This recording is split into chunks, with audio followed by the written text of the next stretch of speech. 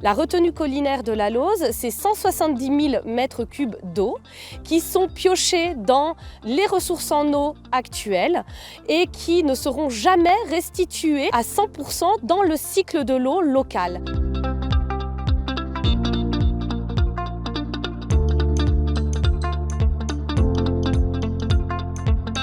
Nous sommes à Courchevel, au Prat de Saint-Bon, à 1300 mètres d'altitude. Nous sommes au pied de la piste de l'Eclipse, qui est l'équipement phare des championnats du monde de ski alpin de Méribel et Courchevel, qui vont se dérouler du 6 au 19 février. Il faut savoir que cet équipement phare a nécessité des travaux colossaux, notamment avec un refaçonnage de tout un pan de la montagne, donc des énormes travaux de terrassement pour façonner cette piste.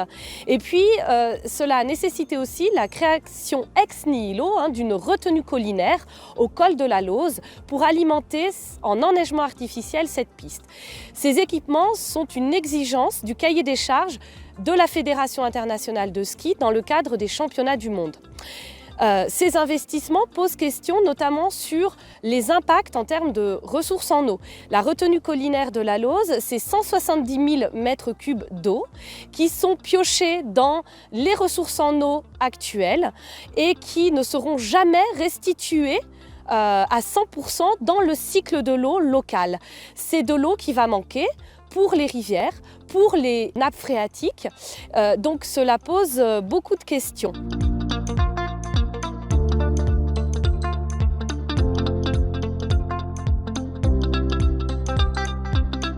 Le ski, c'est un modèle qui fonctionne à grand coup de perfusion d'argent public. Et surtout, dans une toute petite partie du territoire, à Courchevel par exemple, cette station qui est fréquentée par les ultra-riches, qui ont besoin d'investissements colossaux pour faire du ski, toujours plus haut, avec toujours plus de neige artificielle, toujours plus d'énergie fossile, avec des services importants qui nécessitent de construire aussi du tourisme de luxe et des équipements qui ne sont pas du tout en phase avec le dérèglement climatique. On nous annonce plus 4 degrés de dérèglement climatique et nous avons besoin aujourd'hui d'investir dans des activités qui vont marcher toute l'année, qu'il y ait de la neige ou pas.